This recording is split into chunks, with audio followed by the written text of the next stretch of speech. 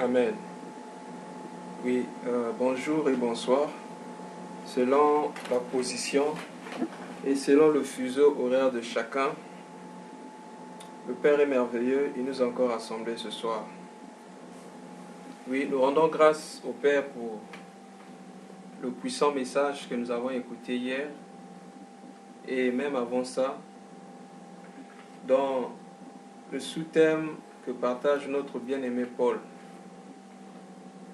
En tout cas, bien-aimé, ce sous-thème-là, c'est exactement ce qu'il faut pour la dispensation dans laquelle nous sommes. Quand Christ devient ma vie. La Bible dit dans Éphésiens chapitre 4 qu'il n'y a qu'un seul Dieu qui est au-dessus de tous, qui est parmi tous et qui est en tous. Le mystère de l'unité, le mystère de Dieu vivant dans l'homme,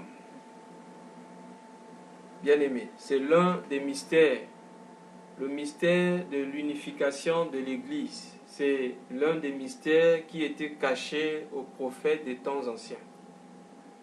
L'apôtre Paul dit que c'est des choses qui n'avaient pas été révélées, mais c'était bien-aimé pour nous qui sommes arrivés en ces temps de la fin.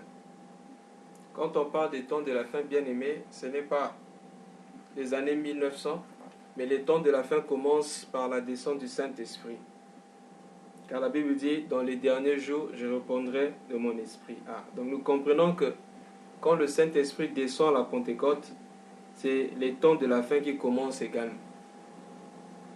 Nous allons encore reprendre le même passage que notre bien-aimé avait posé comme base dans Philippiens chapitre 1 et nous allons lire le verset 21. La Bible dit ceci.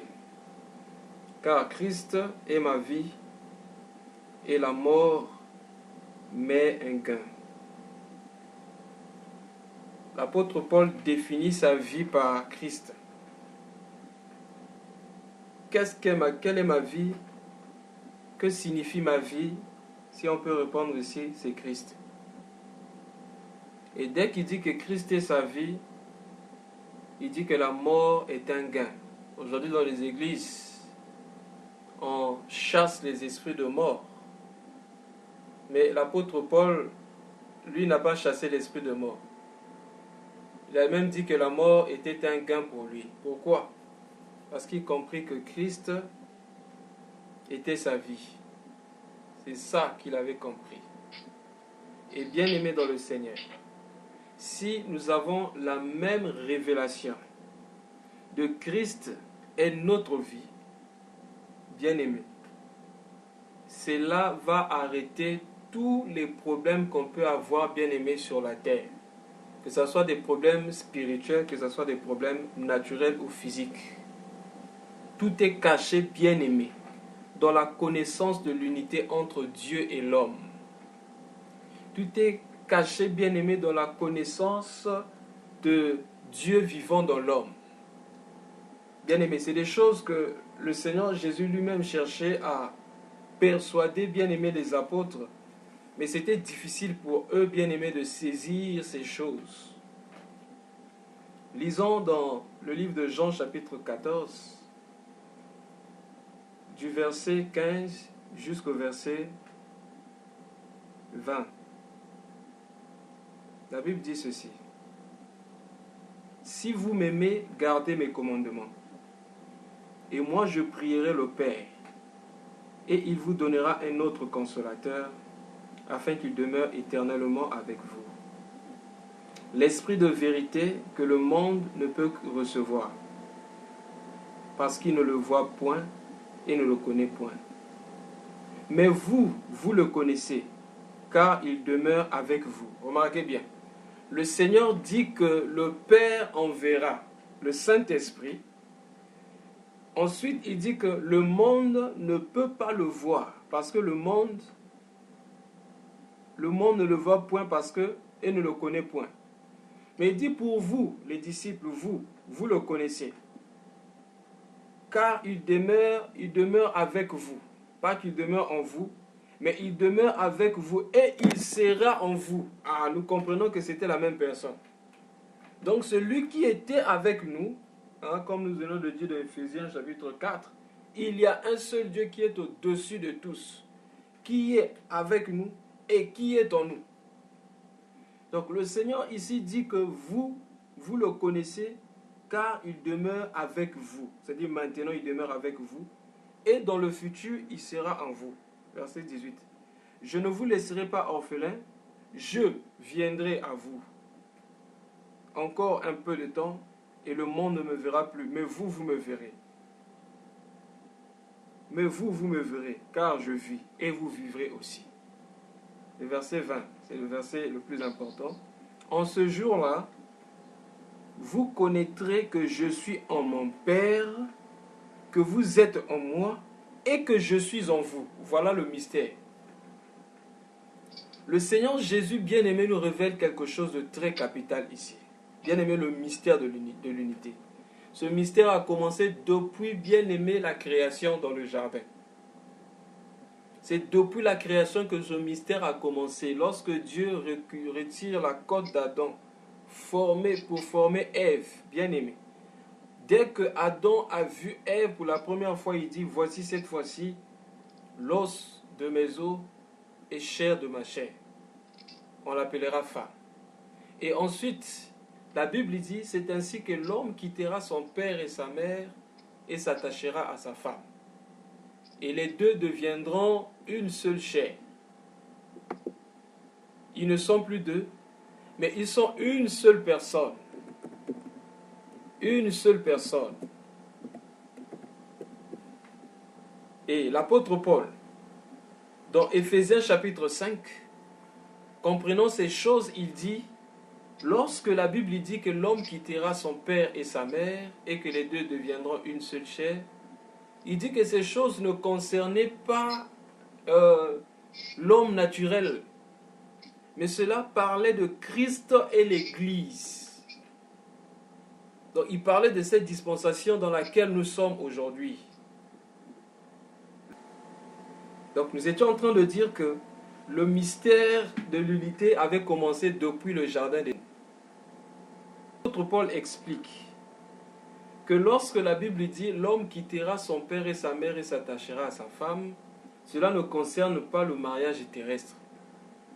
Mais lorsque Dieu parlait de ces choses, c'était concernant Christ et l'Église. Et un peu plus devant, lorsqu'il a traité le problème concernant le mariage dans 1 Corinthiens, chapitre 6 et le chapitre 6, l'apôtre Paul lui s'attache avec une prostituée, devient un seul corps avec la prostituée.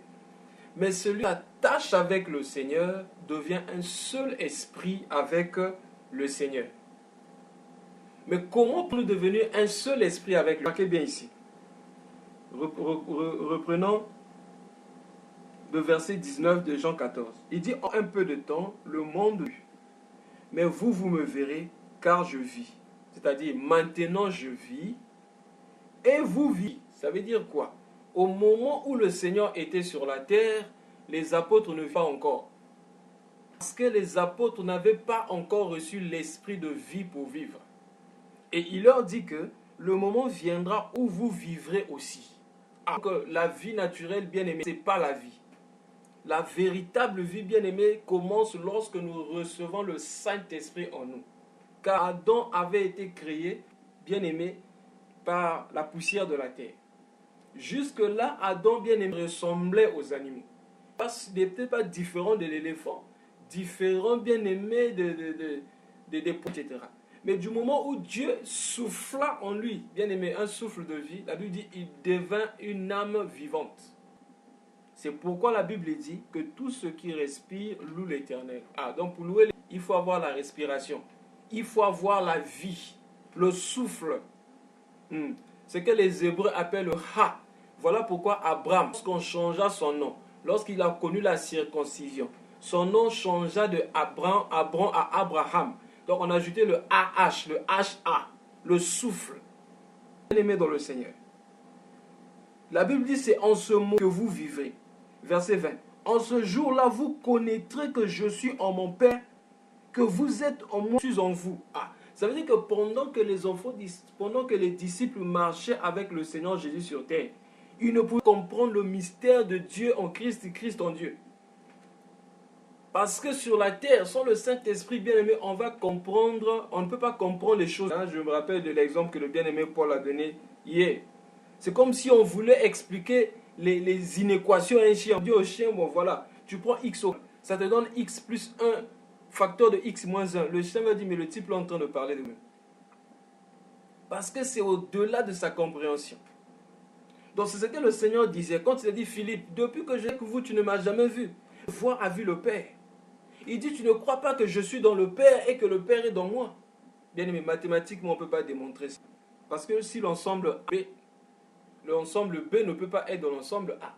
Donc on suppose que l'ensemble B est plus grand que l'ensemble A. Donc c'est comme si aujourd'hui je dis, je suis dans l'avion et l'avion est dans moi. Ce n'est pas possible. C'est un ensemble qui doit être dans un seul ensemble. Mais bien aimé, dans la divinité, bien aimé, dans le monde de Dieu, de Jésus-Christ bien aimé, là-bas ça fonctionne. Il est en nous et nous sommes en lui. Pour comprendre ce mystère, le Seigneur Jésus explique ici. C'est lorsque vous aurez la vie, c'est lorsque la vie d'en haut, la vie éternelle, le Saint-Esprit va rentrer. C'est en ce jour-là que vous connaîtrez que je suis en mon Père, que vous êtes en moi et que je suis en vous. Ah, là encore, c'est compliqué. Il dit d'abord que lui, le Père, et que nous sommes en lui. Et au même moment, lui aussi, il est en nous. Donc, lorsque nous allons recevoir le Saint-Esprit, bien-aimé, voilà la révélation qui viendra, bien-aimé. Et si nous focalisons sur les choses célestes, bien-aimé, nous allons bien maîtriser ces choses. L'apôtre Paul lui disait, voilà pourquoi nous ne regardons pas aux choses terrestres. Parce que, bien-aimé, lorsque nous perdons notre temps à regarder aux choses terrestres, nous, bien-aimé, manquer ce qui est plus important. Le Seigneur Jésus dit ici que ça sera en ce moment-là. En ce moment-là que nous allons connaître que lui, il est dans le Père et que le Père est en lui. Que lui, il est en nous. Il dit, en ce jour-là, vous connaîtrez que je suis en mon Père, en moi, et que je suis en vous. Et le verset de Jean 17 aussi nous parle de ça, dans sa prière sacerdotale. Il change de rôle. Il dit, dans Jean chapitre 17, verset 21, la Bible dit, afin que, Père, la Bible dit, à toi un, comme toi, Père, tu es en moi,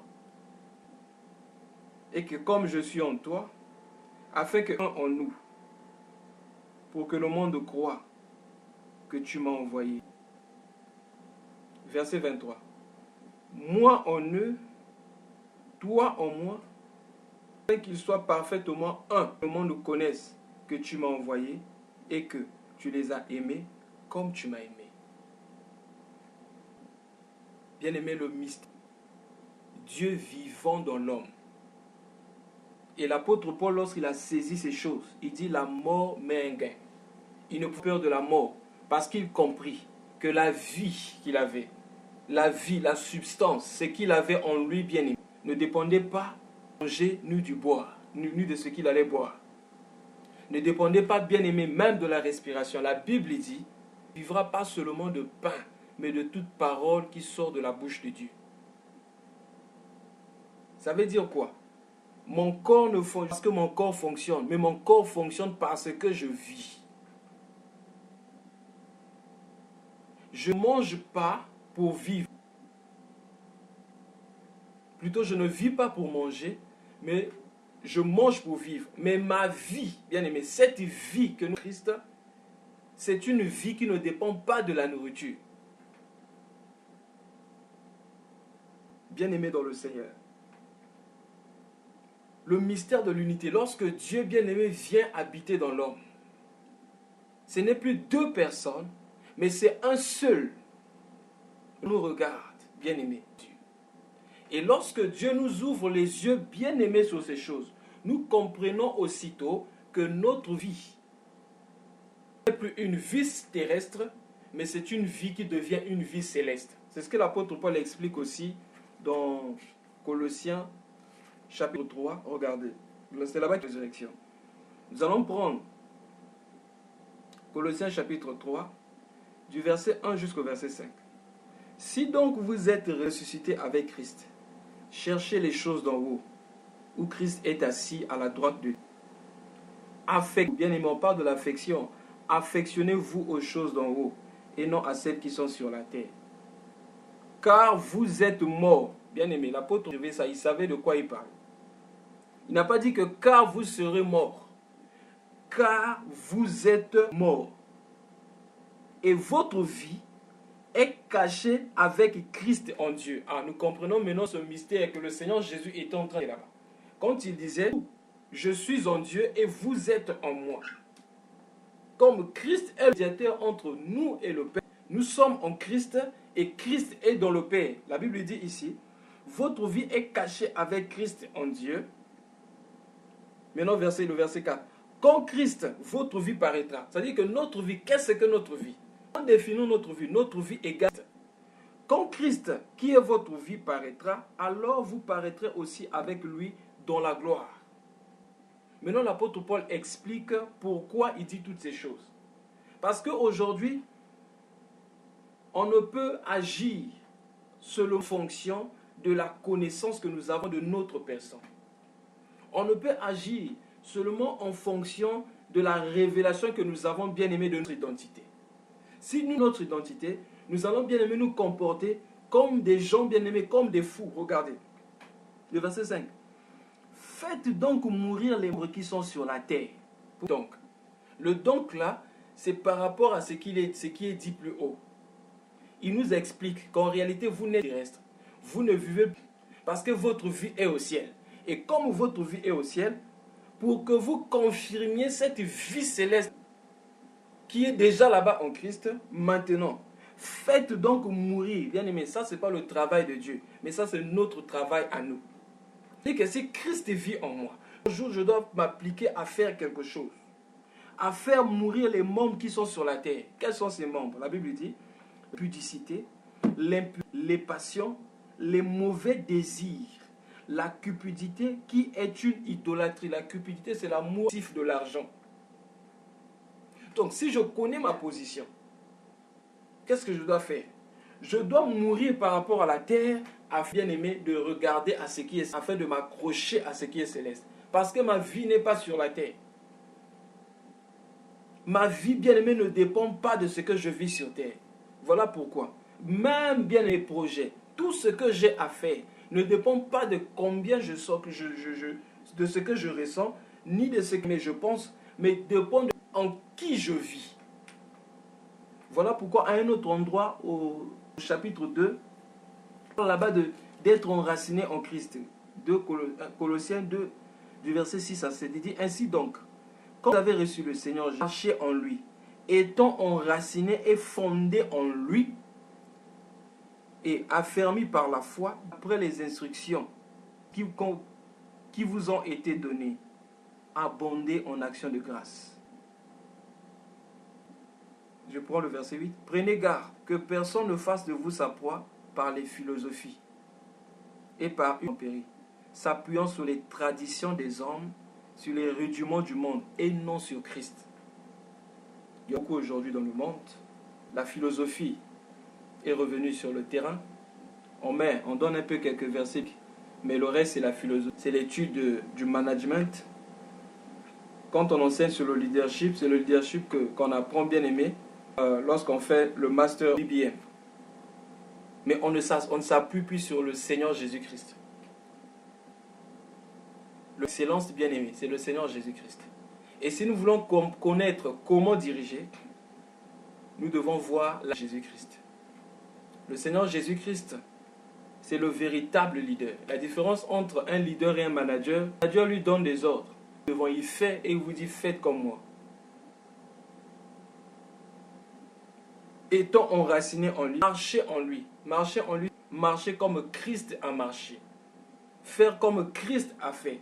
Réagir comme Christ aurait réagi. Donc avant de faire toute chose, je dois me poser la question. Si Jésus-Christ était à ma place, comment aurait-il réagi? Parce que ce n'est plus ma vie que je vis, mais c'est la vie de Christ qui est en moi.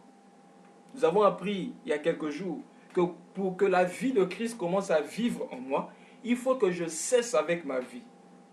L'apôtre Paul a dit, si je vis maintenant, ce n'est plus moi qui vis, mais c'est Christ qui vit en moi. Donc pour que Christ vive en moi, il faut que je cesse avec ma vie. Et maintenant que Christ vit en moi, dans tout ce que je fais, je me pose la question. Bien aimé, la différence entre le et les esprits impurs, c'est que les esprits impurs possèdent le Saint-Esprit, nous remplit. Et le Saint-Esprit nous donne, bien aimé, le libre choix de choisir ce qui est bien ou de ne pas choisir ce qui est bien. Mais les démons, les gens bien aimés, ces gens n'ont même plus de conscience. Voilà pourquoi. Il y a aussi une partie, c'est-à-dire que nous avons une part de responsabilité dans ça. Dieu agit, Dieu nous conduit, oui, Dieu nous donne la force, oui, mais nous avons aussi une part de responsabilité dans ce que nous faisons. Christ est ma vie. Dans tout ce que je vais faire, je dois regarder comme Christ. Regardons ce qui concerne la reconnaissance des hommes. Bien aimé. J'ai lu un endroit où on a dit que Jésus-Christ, on a dit de lui qu'il avait un démon. Ça fait, on dit de toi que tu as un démon. Mais cela n'avait pas touché, bien aimé, à la vie de Christ. Lisons ça dans Jean chapitre 7. Dans Jean chapitre 7, on parle d'abord que dans la foule, il y avait eu la division. Lisons d'abord le verset 12. Jean 7, excusez-moi. Jean chapitre 7, le verset 12. Il y avait dans la grande rumeur à son sujet. Les uns disaient c'est un homme de bien. D'autres non, il égare la multitude. Mais de nos jours, bien aimés, nous voulons que tout le monde dise du bien de nous. Le Seigneur Jésus a dit ceci. Malheur à vous si tout le monde dit du bien de vous. C'est ainsi qu'on traitait les faux prophètes. Il dit, si moi ils m'ont traité comme ça, je vais traiter comme ça aussi. Si le monde ne m'a pas aimé, le monde ne vous aimera pas. Le monde m'a haï, vous serez haïs à cause de moi. Voilà pourquoi, si Christ habite en moi, bien aimé, je dois m'attendre à ce que le monde puisse me haïr. Parce que l'esprit du monde ne peut pas cohabiter avec l'esprit de Christ. Voilà pourquoi, lorsque nous voyons de plus en plus le monde se sentir à l'aise dans l'église, nous devons bien aimer nous poser des questions. Comme disait l'apôtre Paul, examinez-vous vous-même si vous êtes toujours dans la foi. Parce que le monde a rejeté Jésus. Mais pourquoi le monde nous accepte aujourd'hui? Bien aimé, si le monde nous accepte, ça veut dire que nous avons rejeté Jésus et nous sommes du côté du monde. Le monde ne pourra jamais, bien aimé, se mélanger à Christ. Le monde ne va jamais accepter Christ. Nous ne devons jamais oublier ça. Regardez encore par rapport à la vie de Christ, toujours dans Jean chapitre 7. Il dit ceci. Au verset, nous lisons par exemple le verset 20. Au verset 20, la Bible dit, la foule lui répondit, tu as un démon. Qui est-ce qui cherche à te faire mourir?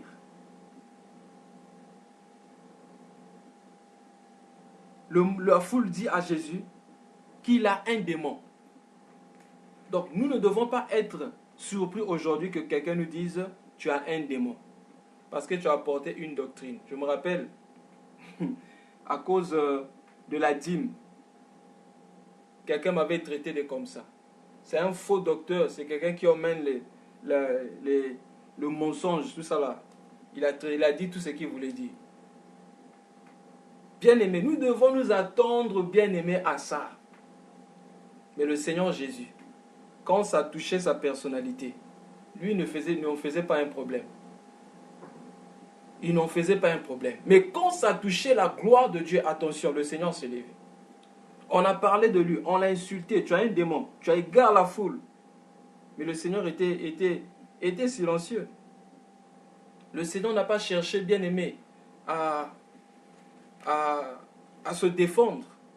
Souvent nous cherchons à nous justifier pour montrer aux hommes que nous sommes bons, si on a dit que nous sommes mauvais, si on a dit que nous sommes impurs, si on a dit que nous sommes pécheurs, si on a dit que nous sommes impudiques. Bien-aimés, nous ne devons pas nous confier au témoignage des hommes. Le Seigneur Jésus-Christ, le témoignage du Père lui suffisait. Donc, comme le Père avait déjà dit, celui-ci est mon Fils bien-aimé en qui j'ai mis toute mon affection, cela lui suffisait.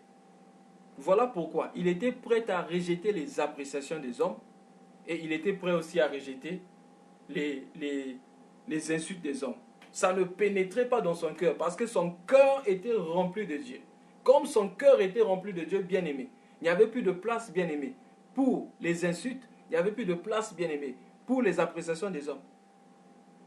Souvent, bien-aimé, nous sommes offensés lorsque les hommes parlent du mal de nous parce qu'il y a encore, bien-aimé, le vide dans notre cœur qui n'est pas rempli de Dieu.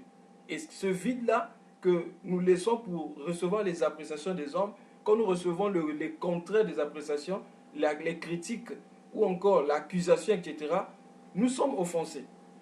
Mais ce n'était pas, bien aimé, le cas de notre Seigneur Jésus-Christ. Soyons remplis de Dieu. Contentons-nous du témoignage de Dieu. Bien aimé, nous ne serons jamais stressés, nous ne serons jamais offensés par qui que ce soit. Bien aimé dans le Seigneur. Une fois, le Seigneur Jésus était en train de prêcher la parole, il y a une femme qui arrive et elle regarde et dit « Waouh, heureux les mamelles qui t'ont arrêté. » C'était une appréciation. Le Seigneur a dit « Stop. Heureux plutôt ceux qui écoutent la parole de Dieu et qui les mettent en pratique. » On lui dit « Tu as un démon. » Ok, insultez le Fils de l'homme. Cela ne fera rien. Mais celui qui péchera contre le Saint-Esprit ne sera pas pardonné dans ce siècle-ci.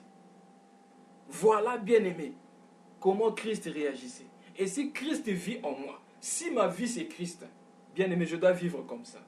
Ah, bien-aimé, quand je regarde ces choses, je sens que je suis encore trop loin. J'ai encore beaucoup de choses à apprendre. Bien-aimé, quand je regarde la vie de Christ, quand Christ arrive dans la maison de Simon le pharisien, dans l'histoire où il y avait cette prostituée qui était venue, qui avait versé les larmes et qui essuyait les pieds de Jésus en utilisant ses cheveux. La Bible déclare que Simon avait commencé à juger Jésus dans son cœur en disant « Vraiment, si cet homme était un prophète tel que les gens disent, il allait savoir de quelle nature est cette femme. » Le Seigneur avait discerné son cœur et il a regardé Simon. Il dit à Simon, « Simon, je vais te poser une question. » Il a donné une parabole, il dit, deux personnes devaient de l'argent à quelqu'un. Il y a un qui devait, je donne un exemple, 500 francs CFA, et il y a un autre qui devait 50 000. Et celui à qui les deux devaient dire à ces gens, « Ok, je vous pardonne, vous n'êtes plus obligé de rembourser mon argent. » Lesquels des deux va plus aimer celui qui leur a remis la dette? Simon répondit, effectivement, celui à qui on a beaucoup pardonné. Il dit, oui, tu as bien répondu. Celui à qui on pardonne beaucoup aime beaucoup. Il dit, Simon, regarde, je suis venu dans ta maison. Tu ne m'as même pas donné de l'eau pour me laver les pieds. Bien aimé, en Israël, en ce temps-là, c'était ça c'était la chose de base. Le dernier bien-aimé des invités devait bien aimer recevoir au moins, ça c'était le minimum. Lorsqu'on arrivait chez quelqu'un, on lui donnait de l'eau pour se laver les pieds. Mais le Seigneur Jésus est rentré dans la maison de Simon. On ne lui a même pas donné de l'eau pour se laver les pieds. Il n'en a pas fait un problème. Bien aimé, si le Seigneur Jésus vit en moi, même si je ne reçois pas l'honneur que je pouvais mériter aux yeux des hommes, l'honneur qu'on pouvait me faire, cela ne pourra pas m'offenser. Le Seigneur Jésus n'était pas offensé par rapport à ça. On ne lui a pas donné, bien aimé, de l'eau, de fût que de l'eau, pour se laver les pieds. Mais le Seigneur n'en a pas fait un problème. Si, bien aimé, le Seigneur Jésus vit en moi, si ma vie c'est Christ, oh bien aimé dans le Seigneur, je ne m'attendrai rien des hommes. Le Seigneur Jésus n'attendait rien des hommes. Parce que la Bible dit, il connaissait les cœurs des hommes. Si Christ est ma vie, qu'on me reconnaisse, qu'on m'honore, qu'on ne m'honore pas, bien aimé, cela ne me ferait ni chaud ni froid. Parce que mon cœur est déjà rempli de Dieu, je n'ai pas besoin d'autre chose. Mon seul bonheur, c'est Jésus-Christ. Quelquefois, nous trouvons notre bonheur, bien aimé, dans les honneurs que nous recevons des hommes. Voilà pourquoi, en parlant de l'humilité, il dit, lorsque tu seras invité à une fête, ne te presse pas d'aller t'asseoir devant, mais assois-toi derrière. Que celui qui t'a invité lui-même vienne te prendre pour dire non, toi tu es tu fais partie des invités d'honneur, monte devant. Mais si tu vas t'asseoir déjà devant là-bas, et qu'il surgisse un qui est plus important que toi, ça sera une honte qu'on te demande de reculer. Bien-aimé dans le Seigneur, notre Seigneur, le Créateur du ciel et de la terre, venant sur terre, il n'avait même pas de maison. Il dit, le Fils de l'homme n'a pas un endroit où poser sa tête. Parce que le Père était tout pour lui. Le Père était son bonheur. Bien-aimé, si Christ est ma vie, Dieu sera mon bonheur. Tout ce que je ferai, bien-aimé, sera pour la gloire de Dieu. La Bible dit dans Jean chapitre 8, le verset 29, il dit, celui qui m'a envoyé est toujours avec moi. Il ne m'a pas laissé seul, parce que je fais toujours ce qui lui est agréable. Regardez bien. Jean 8, 29. Celui qui m'a envoyé est avec moi. Il ne m'a pas laissé seul, parce que je fais toujours ce qui lui est agréable. Bien-aimé, si Christ est ma vie, je ferai tout pour la gloire de Dieu. Quand la Bible dit toujours, c'est toujours. Toujours signifie tous les jours, chaque instant. Donc tout ce que je fais, je le fais pour la gloire de Dieu. C'est ça la vie de Christ en nous. Si Christ est ma vie, je vivrai pour Dieu. Je ne vivrai plus pour moi-même. Mais dans tout ce que j'aurai à faire, je le ferai pour glorifier le Seigneur dans ma vie. Bien aimé, lorsque nous regardons la vie de Christ, regardons par exemple par rapport au stress, par rapport à l'esprit de pardonner facilement que le Seigneur avait. Vous savez, pour savoir ce qui se trouve dans le cœur de l'homme, la disposition bien-aimée de l'homme, regardez cet homme sous la pression. Vous saurez facilement ce qui se trouve bien-aimé dans son cœur. Mais le Seigneur Jésus était sous la pression. Malgré la pression, la haine, l'injustice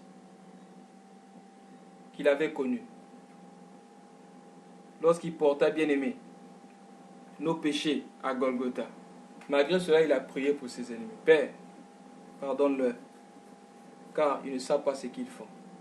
Si Christ est ma vie, bien-aimé, je ne garderai, bien-aimé, je ne garderai jamais rancune. Je garderai jamais rancune. Je pardonnerai à tout le monde, parce que Christ est ma vie. En Christ, il n'y a pas le manque de pardon. En Christ, on pardonne toujours.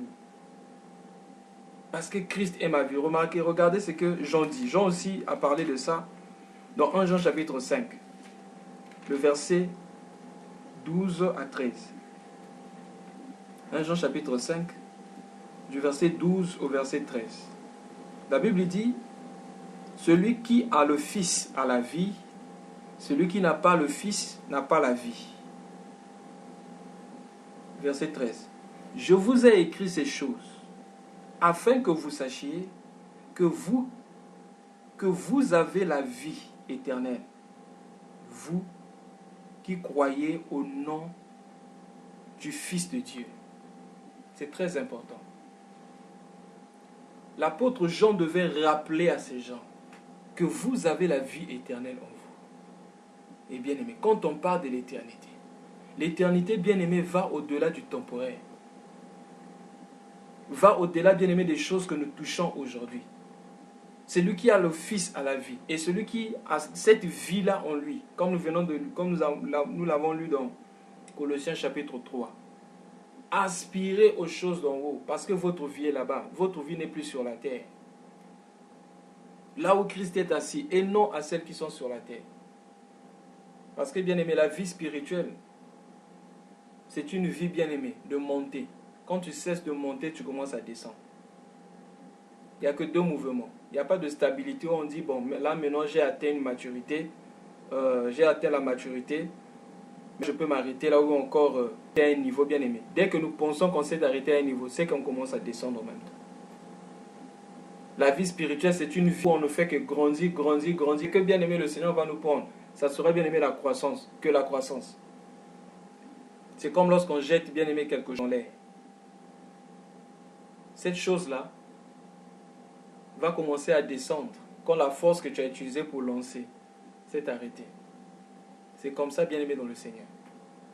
C'est pourquoi l'apôtre Paul le dit, je cours, oubliant ce qui est en avant, mais portant mes regards vers ce qui est de l'avant. Il dit, je ne prétends pas l'avoir saisi, mais j'oublie ce qui est en arrière. J'avance. Je ne suis pas encore devenu parfait. Mais quand je regarde par rapport à ma vie passée, il y a quand même un changement. Je suis devenu meilleur. Le pire.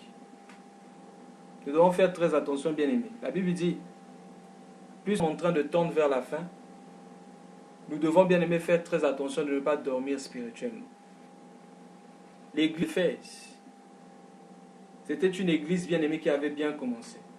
Mais à un moment donné, cette église a eu le premier amour. Il continuait toujours. Certainement, la prédication était là. Les moments de prière étaient là. Les activités étaient là. Mais la connexion avec la source n'y était plus. Le zèle qu'ils avaient au départ avait disparu. Bien aimé, conservons ces choses. Gardons ces choses en nous. Même notre vie de prière. Lorsque nous remarquons que la vie de prière a baissé, bien aimé, c'est un danger. Nous sommes souvent sensibles par rapport aux choses, aux choses du corps. Lorsque nous sommes faibles dans le corps, quelquefois on est chez le médecin vérifier qu'est-ce qui ne va pas. Quand on a mal à la tête, il y a quelque chose qui ne va pas. Mais pourquoi nous ne faisons pas de même concernant notre vie spirituelle? On n'a plus le temps de prier, ok, Dieu va comprendre. Plus le temps de méditer la parole. Bien aimé, faisons très attention. Moi-même, je suis le premier. Je dois faire très attention. La Bible dit un peu ça dans le livre de Romains. Romains aussi nous parle des choses qui concernent le dépouillement de la chair. Lisons dans Romains 13. L'apôtre Paul dit ceci. Romains 13, à partir du verset 11 jusqu'au verset 14. L'apôtre Paul écrit, « Cela m'importe d'autant plus que vous saviez à quel temps nous sommes. C'est l'heure de vous réveiller enfin du sommeil. Maintenant, le salut est plus près de nous que lorsque nous avons cru. » Bien-aimés, si l'apôtre Paul, à leur temps, il y a 2000 ans, il pouvait dire que le salut s'était rapproché d'eux. Alors, qu'en est-il de nous, maintenant, nous qui sommes maintenant en 2016 12. La nuit est avancée, le jour approche. Qu'est-ce que nous devons faire? Dépouillons-nous donc des œuvres des ténèbres, revêtons les armes de la lumière. Verset 13. Marchons honnêtement en plein jour, loin des livrogneries, de la luxure, de l'impudicité, des querelles et des jalousies. Verset 14. Mais revêtez-vous du Seigneur Jésus-Christ et n'ayez pas chair pour en satisfaire. Les désirs de la chair sont contraires à ceux de l'esprit. Gardez dans la direction de l'esprit en même temps que la direction de la chair. Ces deux sens opposés. Quand tu commences à regarder à la chair, c'est que tu as donné dos à l'esprit. Et si tu veux regarder à l'esprit, il faut donner dos aux choses de la chair. Et l'apôtre Paul nous rappelle que notre vie, Christ est notre vie, pas notre vie. Nous devons aspirer aux choses d'en haut. Et c'est ainsi que nous allons comprendre, bien aimés, le mystère de la divinité, la divinité dans l'homme. Dieu en Christ, Christ en nous.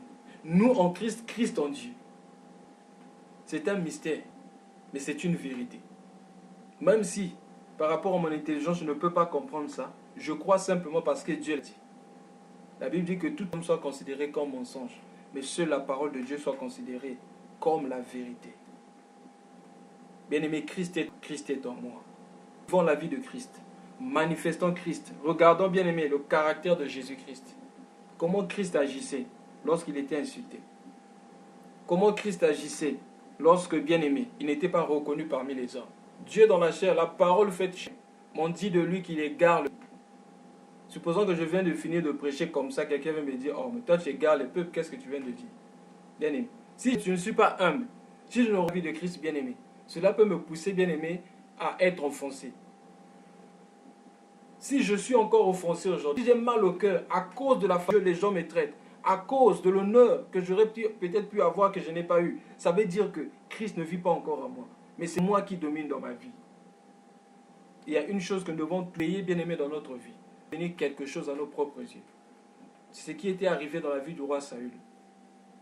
Lorsque Saül n'était pas encore quelqu'un à ses propres yeux, il était humble. La Bible dit même que il avait déjà reçu l'onction au moment où on devait le présenter au peuple. Il est allé se cacher derrière les bagages, alors que Saül dépassait tout Israël de taille. Mais son humilité a fait qu'il aille se cacher derrière les bagages. On a cherché Saül, Saül n'était pas là. Mais à un moment donné, bien aimé, quand le prophète Samuel arrive dans la ville, on dit que Saül là-bas a élevé un monument en son honneur. Donc il fallait qu'on adore maintenant Saül. Il a élevé un monument en son honneur. Il dit Saül, quand tu n'étais encore rien, que tu n'étais pas encore quelque chose à tes propres yeux, Dieu ne t'a-t-il pas donné la royauté? Bien aimé dans le Seigneur.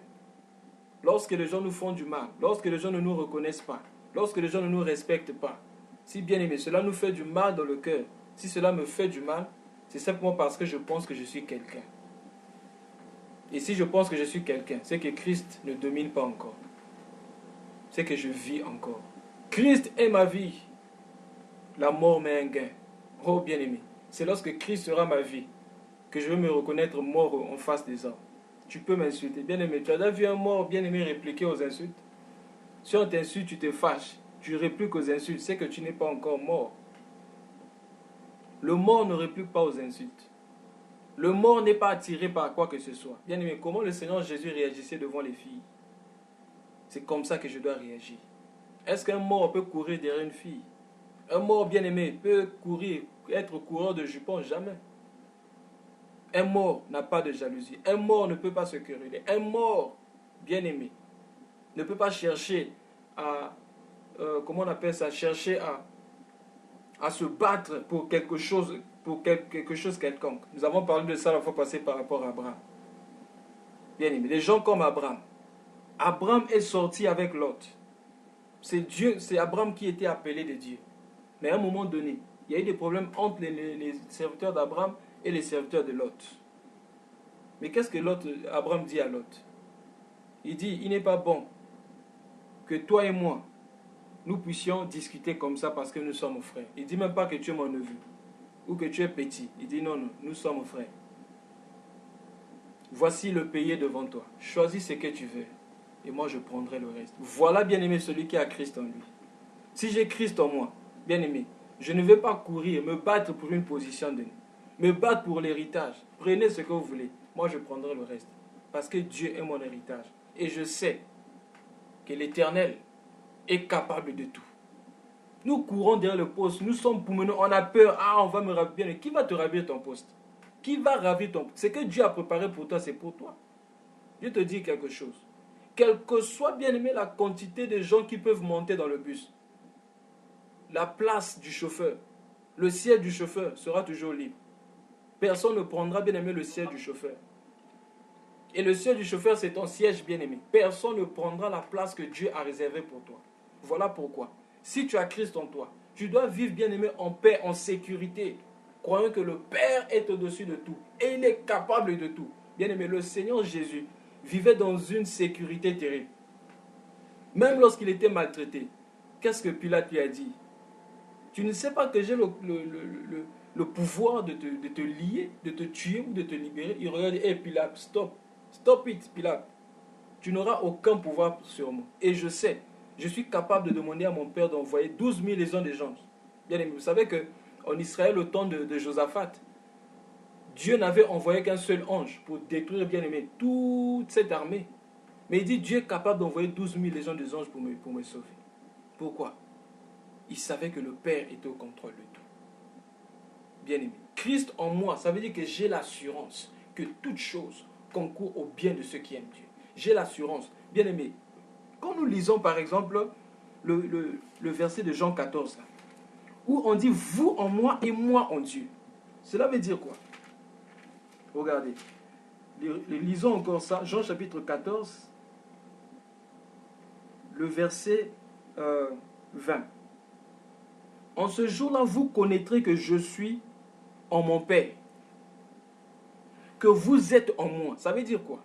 Si nous sommes en Christ et que Christ est dans le Père, ça veut dire que nous sommes dans le Père. Maintenant, quel est ce sorcier-là? Qui peut venir te toucher dans le Père? C'est ça le mystère de l'unité. Tu es devenu un avec Dieu. Et si tu es devenu un avec Dieu, tu dois vivre, bien-aimé, comme si c'est Dieu qui vivait sur terre. Ce n'est plus moi qui vis, mais c'est Christ qui vit en moi. Bien-aimé, Dieu ne fait que donner, donner, donner encore. Dieu ne va pas pour chercher à recevoir quelque chose. Nous sommes souvent bien aimés scandalisés. Nous sommes offensés parce que nous partons avec la disposition de vouloir recevoir quelque chose de la part des hommes. Voilà pourquoi on est souvent offensés. Plusieurs chrétiens ont cessé d'aller dans certaines églises. Oh non, dans cette église, il n'y a pas l'amour. Qui a dit que l'amour biblique consistait à recevoir? Non. L'amour biblique consiste à donner, pas à recevoir quelque chose des autres. Ah non, je suis allé là-bas, on ne m'a pas donné le respect qu'il me faut. Ah, je suis allé là-bas, on n'a pas voulu me comprendre, bien aimé. L'amour biblique, les dispositions de Dieu, bien aimé. Il a dit dans sa parole, il y a plus de bonheur de donner qu'à recevoir. Si nous avons Dieu en nous, nous partons pour donner, donner et donner encore. Je ne veux pas pour que les gens me comprennent, mais je veux pour comprendre les gens. Je ne veux pas pour que les gens puissent m'aimer, je veux pour aimer les gens. Comme disait un bien-aimé, si les gens vous rejettent de leur cercle, ils créent un petit cercle pour chercher à te rejeter. Toi, trace un cercle dans lequel tu mettras leur cercle. Tu vas continuer à les aimer, bien-aimé. On peut t'empêcher de parler. On peut t'empêcher, bien-aimé, de venir dans un groupe donné. Mais on ne peut pas t'empêcher, bien-aimé, de les aimer. Tu peux continuer à les aimer. Même s'ils ne t'aiment pas, toi, tu peux continuer à les aimer. C'est à ça que Dieu nous a appelés, bien-aimés dans le Seigneur. Donnons encore. Donnons et donnons encore. Ne partons pas avec... Plusieurs mariages sont détruits, bien-aimés, aujourd'hui, parce que chacun vient avec les ambitions. Avec l'ambition de recevoir de l'autre. L'autre doit me comprendre. L'autre doit comprendre ma culture. Il doit comprendre ma façon de faire. Il doit comprendre ma façon de manger. Il doit comprendre l'éducation que j'ai reçue. Et du coup, l'autre aussi dit, lui aussi doit me comprendre. Qu'est-ce qui va se passer? Mais ça sera la guerre. Mais si nous venons avec, bien aimé, la disposition de vouloir donner, je ne viens pas pour recevoir l'amour, mais je viens pour donner l'amour. Je ne viens pas pour recevoir quelque chose, la compréhension, je viens pour comprendre. Je veux comprendre, pas je veux qu'on me comprenne. Il y a souvent la guerre aujourd'hui, bien aimé, même dans les églises, parce que tout le monde veut qu'on l'écoute. C'est ça, bien aimé dans le Seigneur. Le moi domine encore. Et aussi longtemps que le moi dominera en nous, bien aimés, Dieu ne se manifestera pas. Laissons le moi de côté et Dieu se manifestera dans notre vie. Christ est ma vie, la mort m'est un gain. Christ est ma vie, la mort est un gain. Si Christ est ma vie, je dois faire mourir les membres de la terre. Je dois faire mourir la chair et marcher par l'esprit. Parce que ce n'est plus moi qui vis, mais c'est Christ qui vit en moi. Quand je suis sur le point de parler, est-ce que ce que je veux dire là, Christ peut dire ça? L'apôtre Paul a dit que chacun de vous, lorsqu'il parle, que ce soit comme annoncer les oracles de Dieu. Bien aimé. Quand tu parles, quand je parle, c'est comme si Dieu parlait. On doit faire très attention, bien aimé, à nos langages, à notre façon de parler. Parce que, bien aimé, nous sommes des représentants de Dieu sur la terre. Si on reçoit, bien aimé, un ambassadeur, par exemple, de la France, il ne viendra pas, bien aimé, pour parler lingala au Congo. Il parlera français. Parce que, bien aimé, c'est ça sa langue. Il vient avec la culture, il vient avec sa langue. Et nous de même, si on veut voir Dieu, c'est nous qu'on va voir. Notre façon de vivre, notre façon de faire, notre façon de penser, notre façon de réagir déterminera, bien aimé, le Dieu que nous servons. Que le Seigneur nous bénisse, que le Seigneur nous aide à comprendre ce mystère, Dieu en nous et nous en Dieu. Si nous comprenons, bien aimé, cela, tout problème sera réglé. On n'aura même plus de problèmes sur la terre. Et c'est là où Christ voulait, bien aimé, que les disciples arrivent. Il dit, je suis allé vous préparer une place. Lisons un peu ça, juste pour clôturer. Dans Jean chapitre 14. Jean chapitre 14. Remarquez, du verset 1 jusqu'au verset 3. Que votre cœur ne se trouble point, croyez en Dieu et croyez en moi. Il y a plusieurs demeures dans la maison de mon Père. Si cela n'était pas, je vous l'aurais dit. Je vais vous préparer une place. Verset 3. Et lorsque je m'en serai allé et que je vous aurai préparé une place, je reviendrai et je vous prendrai avec moi, virgule, afin que là où je suis, vous y soyez aussi. Certaines versions de la Bible, les gens ont pris cette partie-là, ils ont changé, non, afin que là où je serai, vous soyez aussi. Parce que pour eux, le Seigneur Jésus avait mal conjugué. Bien aimé, ça c'est la conjugaison, bien aimé. Ça c'est un temps éternel. Le Seigneur Jésus conjuguait toujours dans le temps éternel. Alors, là où il dit avant qu'Abraham fût, moi je suis. C'est comme ça que lui il conjugue. Donc eux ils ont vu, ils ont essayé de réfléchir tout ça là avec le français, l'anglais. Bon, mettons ça afin que là où je serai, vous soyez aussi. Parce que soi-disant Jésus parlait des choses futures. Oui, il parlait du futur. Mais par rapport à sa disposition bien-aimée, par rapport à son cœur et à sa vie était cachée dans le Père. C'est ce que les gens ne comprenaient pas. Et maintenant que nous sommes sur terre, l'apôtre Paul explique la même chose. Bien que vous êtes en train de marcher sur terre, quel que soit bien-aimé le positionnement de votre corps, sachez que votre vie n'est pas sur terre, mais votre vie est cachée en Christ. Et comme votre vie est cachée en Christ, aspirez aux choses en haut, là où Christ est assis, à la droite de Dieu, et non à celles qui sont sur la terre. Que le Seigneur nous bénisse. Amen. Là où nous sommes, nous allons incliner nos têtes et nous allons rentrer auprès du Seigneur pour lui dire d'abord merci. Bien-aimé, il est écrit dans la parole que dans les derniers jours, les hommes auront faim. Pas la faim de la bouffe, mais la faim de la parole du Seigneur. Disons-lui merci parce qu'il nous a donné le pain de vie. Prions au nom de Jésus-Christ.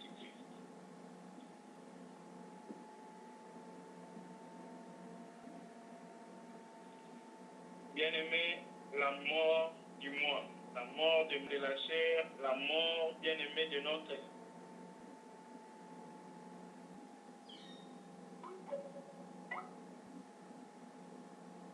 Nos voies, de nos procédures, de tout ce qui est de nous, et de laisser de lui vivre en nous. Nous allons invoquer le nom du Seigneur. Et bien le Seigneur. Parler de Dieu en priorité dans nos vies ce soir.